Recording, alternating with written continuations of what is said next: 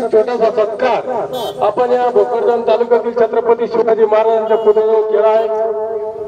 तरी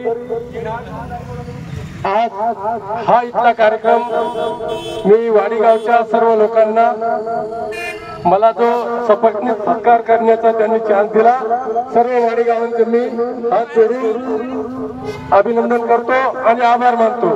तसाच पुढील कार्यक्रम आपला वाडी येथील सर्व पाहुणे मंडळी असेल, मित्रमंडळी असेल व सर्व आजी माजी सैनिक सर्वांनी वाडी येथे यायचं आहे। वाडीमध्ये सुद्धा मोठ्या जल्लोषात त्यांचा सत्कार आहे आणि सर्वांची जेवणाची व्यवस्था केली आहे।